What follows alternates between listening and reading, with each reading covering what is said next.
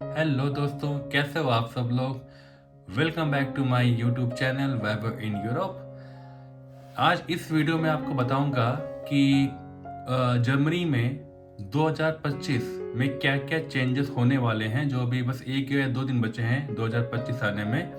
तो यहाँ पे बहुत सारी चेंजेस हुए हैं, और लाइक स्टूडेंट्स को लेके है ना, इनके जो कुछ रूल्स हैं इन्होंने इसको कुछ चेंजेस किए हैं, कुछ मॉडिफिकेशन किए हैं।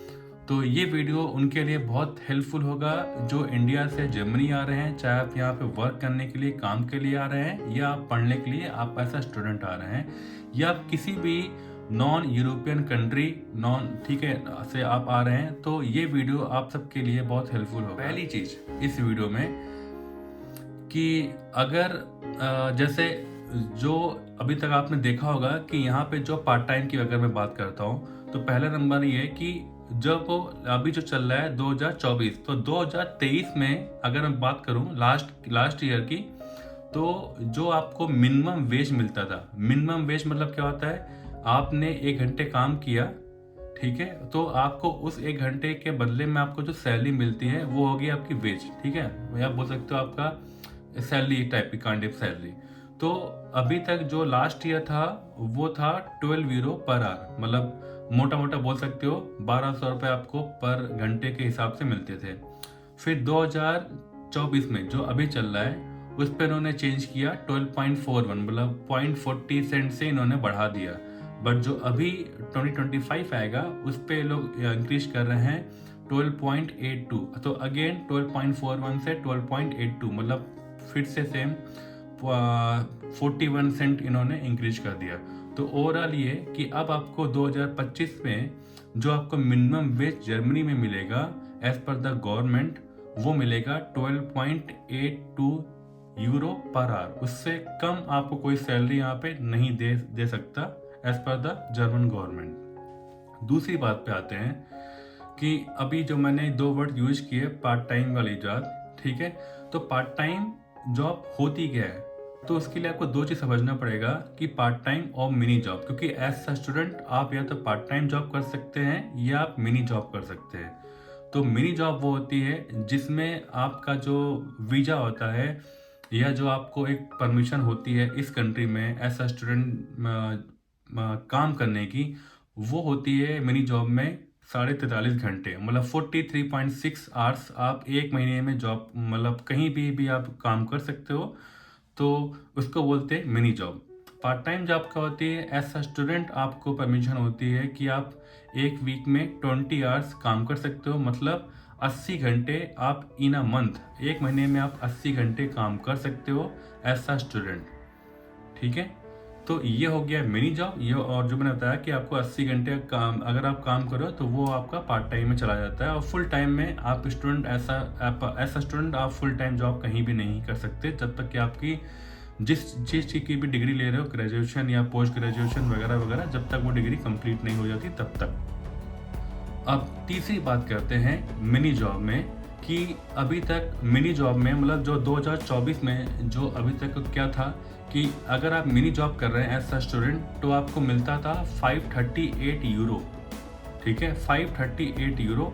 और अभी जो आपको 2025 से मिलेगा वो मिलेगा 556 यूरो इन अ मंथ। और अच्छी बात ये होती है मिनी जॉब में कि इसमें आपको किसी भी प्रकार का कोई भी सोशल कंट्रीब्यूशन या आपको कोई भी प्रकार का टैक्स वगैरह नहीं करता। तो अच्छी बात यह है कि अगर आप मिनी जॉब कर रहे हैं तो आपको उसमें अपनी जेब से या अपनी साइड से 0.1 सेंट भी टैक्स के रूप में आपको कुछ भी अमाउंट नहीं देना है। बट अगर आप पार्ट टाइम जॉब कर रहे हैं तो आपको सोशल कंट्रीब्यूशन जो होता है 9% के आसपास, वो आपको देना पड़ता है।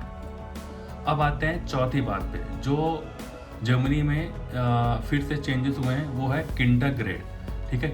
किंडर ग्रेड मंथली पेमेंट, मतलब कि अगर आपके घर में बच्चे हैं, ठीक है, तो जो गवर्नमेंट है यहाँ की, जो कि गवर्नमेंट जर्मन गवर्नमेंट है, वो अभी तक लाइक जैसे इस ईयर में वो देती थी 250 यूरो, मतलब जो आपके घर में बच्चा है उसके लिए जर्मन गवर्नमेंट आपको 250 यूरो, लगभग 25,000 रुपये हर महीने देती थी उसकी हेल्थ या उसकी देखभाल के लिए, ठीक है। तो अभी उसमें इन्होंने 5 यूरो और ऐड कर दिया है। मतलब 2025 से जो किंडर ग्रेड पेमेंट होगा, किंडर मतलब बच्चा बोलते हैं यहाँ पे जर्मन में, तो जो 2025 से जो किंडर ग्रेड पेमेंट होगा वो होगा 255 यूरो इन अ मंथ। अब आते हैं नेक्स्ट पॉइंट पे, जो सबसे इम्पोर्टेंट पॉइंट होने वाला है वो है डॉयचलैंड टिकट। डॉयचलैंड मतलब जर्मन को ही हम बोलते हैं डॉयस्ट, ठीक है। डॉयचलैंड मतलब जर्मनी। तो जो आपने मतलब एज अ स्टूडेंट या आप वर्किंग प्रोफेशनल हो वगैरह वगैरह, तो आप जो यहाँ का जो ट्रांसपोर्टेशन सिस्टम यूज करते हो लाइक एस बान, यू बान, ट्रैम, बसेस, मेट्रो वगैरह वगैरह, है ना, रीजनल ट्रेन वगैरह वगैरह, उन सब के लिए एक कॉमन टिकट होता है, ठीक है। तो उसको बोलते हैं ट्रांसपोर्टेशन टिकट। तो वो अगर आप अभी तक क्या था कि अगर आप स्टूडेंट हैं तो आपको सिर्फ 29 यूरो पर मंथ पे करना पड़ता था। अभी क्या है, आपको 2025 में आपको 9 यूरो और देना पड़ेगा। मतलब अब आपको 29 की जगह पे 38 यूरो पर मंथ देना पड़ेगा। और वहीं पे अगर आप फुल टाइम वर्कर हैं या किसी कंपनी में जॉब कर रहे हैं, मतलब आप स्टूडेंट की कैटेगरी में नहीं आते, तो अभी तक जो उनका टिकट था वो था 49 यूरो इन अ मंथ, और अब उनको देना पड़ेगा, इसमें भी 9 यूरो ऐड कर दीजिए, तो 58 यूरो पर मंथ उनको देना पड़ेगा। अब आते हैं नेक्स्ट पॉइंट पे, जो है पब्लिक हेल्थ इंश्योरेंस। मतलब जो यहाँ के गवर्नमेंट पब्लिक हेल्थ इंश्योरेंस है, जैसे जो 2-3 बहुत फेमस है लाइक TOK, है ना, AK वगैरह, ये सब यहाँ पे बहुत फेमस हैं। तो अभी तक ये था कि अगर आप स्टूडेंट हैं, चाहे मास्टर्स कर रहे हैं या बैचलर्स कर रहे हैं वगैरह वगैरह, बट अगर आप स्टूडेंट हैं तो आपको 125 यूरो मतलब 12,500, तो 125 यूरो आपको हर मंथ पे करना पड़ता था। तो अभी इसमें सबसे बड़ा जो चेंज क्या हुआ है, जो सबसे बड़ा आपको ड्रास्टिक चेंज इंक्रीज में मतलब देखने को मिलेगा, वो ये है कि 2025 से जो पब्लिक हेल्थ इंश्योरेंस का जो प्रीमियम होगा वो 11.38% से लगभग बोल सकते हो 11.5% से वो बढ़ गया है। तो अब आपको 125 की जगह पे लगभग 11.5% और अमाउंट बढ़ा के देना पड़ेगा। तो ये थोड़ा सा ज़्यादा अमाउंट होगा आपके लिए। नेक्स्ट पॉइंट पे आते हैं, जो कि सबसे इम्पोर्टेंट पॉइंट है, जो कि हर स्टूडेंट जानना चाहता है। वो क्या है? वो है ब्लॉक अकाउंट। अब ब्लॉक अकाउंट क्या होता है? ऐसे समझिए कि पहले जैसे आप इंडिया में हो, तो जब आप इंडिया में जर्मन वीजा के लिए अप्लाई करते हो तो आपको as a student block account देना पड़ता है। ब्लॉक अकाउंट मतलब आपसे एक अमाउंट लिया जाता है पूरे साल के लिए कि आप अपने आप को वहाँ पे मेंटेन कैसे करोगे, आपके जो खर्चे हैं वो आप कैसे मैनेज करोगे। तो आपका जो एक साल का पूरा खर्चा होता है वो आपके अकाउंट का एक जो हिस्सा होता है वो आपको फिक्स कर देते हैं, तो उसको बोलते हैं ब्लॉक अकाउंट।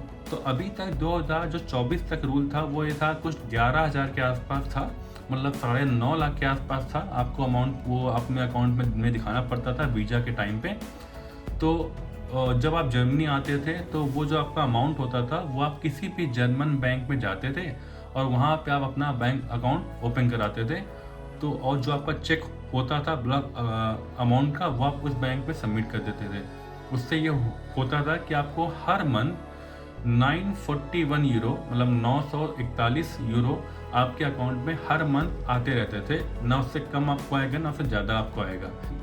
क्या हुआ है कि 2025 के लिए जो स्टूडेंट आ रहे हैं अब उनको जो ब्लॉक अकाउंट दिखाना पड़ेगा वीज़ा के लिए, वो दिखाना पड़ेगा 11,904 मतलब 11,904 यूरो का उनको ब्लॉक अकाउंट दिखाना पड़ेगा। अगर आप इसको इंडियन करेंसी में देखो तो ये लगभग बनता है 10,61,000 का, मतलब मोटा मोटा बोल सकते हो 10,60,000 रुपये का आपको अमाउंट ये ब्लॉक कराना पड़ेगा। वीज़ा लेने से पहले आपका ये एक साल का खर्चा होगा, सिर्फ यहाँ के रहने का खर्चा, ठीक है। तो जब आप ये 11,904 यूरो का जब आप ब्लॉक अकाउंट खुलाओगे जब जर्मनी में आने के बाद, तो आपको जो हर अमाउंट अब जो पैसा मिलेगा आपके अकाउंट में, जो एक पर्टिकुलर डेट में पैसा आएगा वो आएगा 992 मतलब 992 यूरो आपके अकाउंट में हर मंथ आते रहेंगे। तो ये थी सारी इन्फॉर्मेशन जो मैंने अपनी साइड से आपको बताया, आपको अपडेट कराया। तो ये सारी जो चीज़ें हैं जो 1 जनवरी 2025 से 1 जनवरी 2025 से अप्लाई हो जाएंगी। और क्योंकि यहाँ पे जर्मनी में फरवरी में इलेक्शन है, तो इलेक्शन के बाद जो भी पार्टी रूल पे आएगी या जो भी रूलिंग पार्टी होगी, मे बी वो थोड़ा बहुत प्लस माइनस कहीं भी चेंज कर दे। बट ऐसा यहाँ पे है कि जो एक बार स्टेटमेंट इनका आ गया वो चेंज होता नहीं है। बट लेट्स सी कि फरवरी में इलेक्शन है तो क्या होता है। तो आई होप आपको ये वीडियो पसंद आया होगा। और जिन्होंने भी चैनल को सब्सक्राइब किया है उनको दिल से धन्यवाद, थैंक यू सो मच। जिन्होंने नहीं किया है कोई बात नहीं, आराम से करते रहिएगा, अपना ध्यान रखिए। और मिलेंगे आपसे न्यू ईयर में कुछ नया सीरीज लेके। आई होप सो कि मैं धीरे धीरे कुछ यूरोप की भी कंट्री को एक्सप्लोर करूं टाइम निकाल के, ताकि आपको भी कुछ नई नई कंट्रीज को घुमा सकूं। तो तब तक के लिए जय हिंद, जय भारत, चाओ, बाय बाय।